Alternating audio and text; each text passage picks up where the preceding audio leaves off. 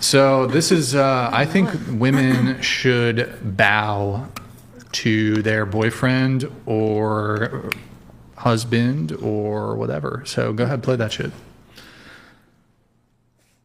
Boom. Boom. Fucking giant bow. Love it. This is actually my ex-girlfriend. I took this video. But why are you looking at me like that, Columbia? She's like, that's crazy, Brian. She opened the beer for me. She's got to have my food, dinner ready. Yep. Yeah. Yep.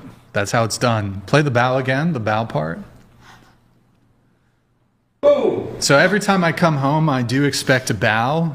Submissive hand posture, very important.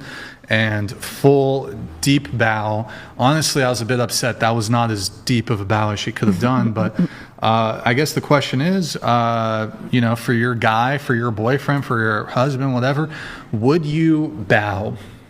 Yeah. All right. Hell no.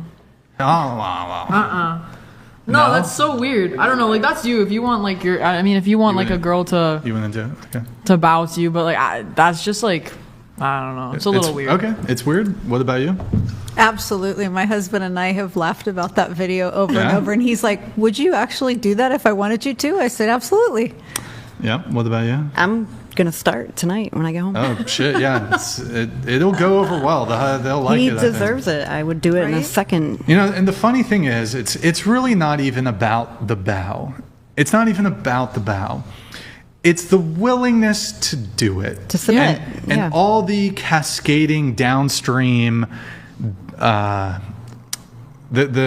downstream dynamic that will exist when you're dating a woman who is,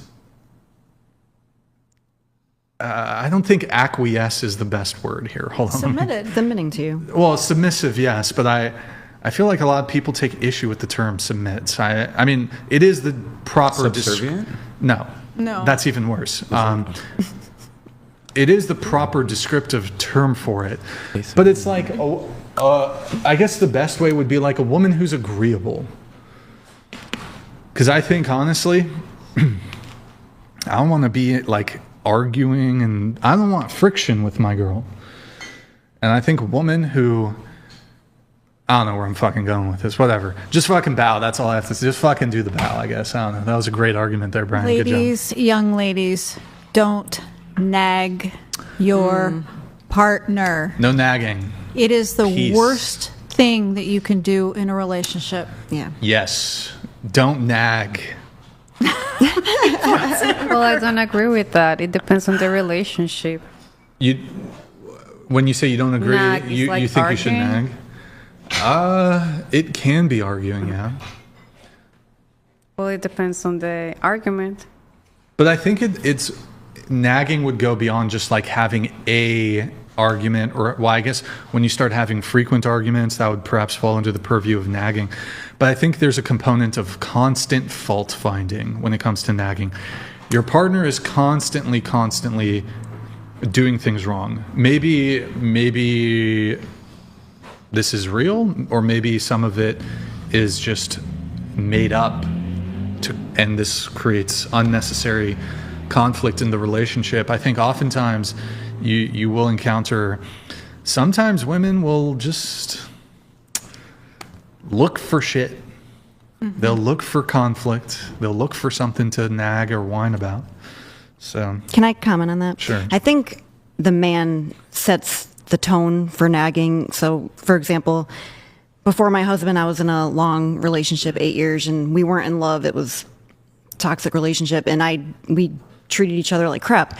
So when I first got back together with my husband, I kind of carried that snapping at him type of thing, and he pretty quickly was like, do not talk to me like that. And he set the tone, and I did. I submitted. I didn't talk to him like that after that.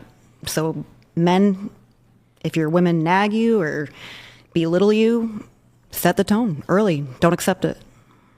Yes. I think when it comes, something I've been thinking about recently is when it comes to this, I think as a man, I don't even think you even need to, I mean, I don't know, there's a couple ways you can approach it, but I think the moment that there's any friction, even very early on, you just gotta be like, all right, I'm done. Yeah. I think you just gotta leave. If you don't, it's going to continue for as long as get worse. And get worse. Yeah. Now, I guess I want to say that I think a lot of women either have they have bad habits, and they've had when I say bad past experiences, not that the men did anything bad, but previous people they dated, those men were doormats, and they tolerated disrespect. Absolutely. They tolerated the nagging and this sort of thing. But the moment there's any friction, like I honestly think you got to remove yourself. Like, you're not going to lay down the law. It's just like, you got to remove yourself, and she's got to feel that. But I do think you got to do so with a lot of women, especially those who are inclined to be fucking annoying. No offense. You got to do some deprogramming. You got to unprogram that shit a little bit.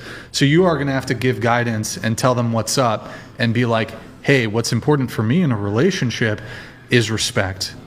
If I feel disrespected, that's going to be a major issue for us. So now this doesn't mean that men as a woman, you need to be a doormat and tolerate like poor treatment from the man. But I don't know. Yep. Whatever. Agreed.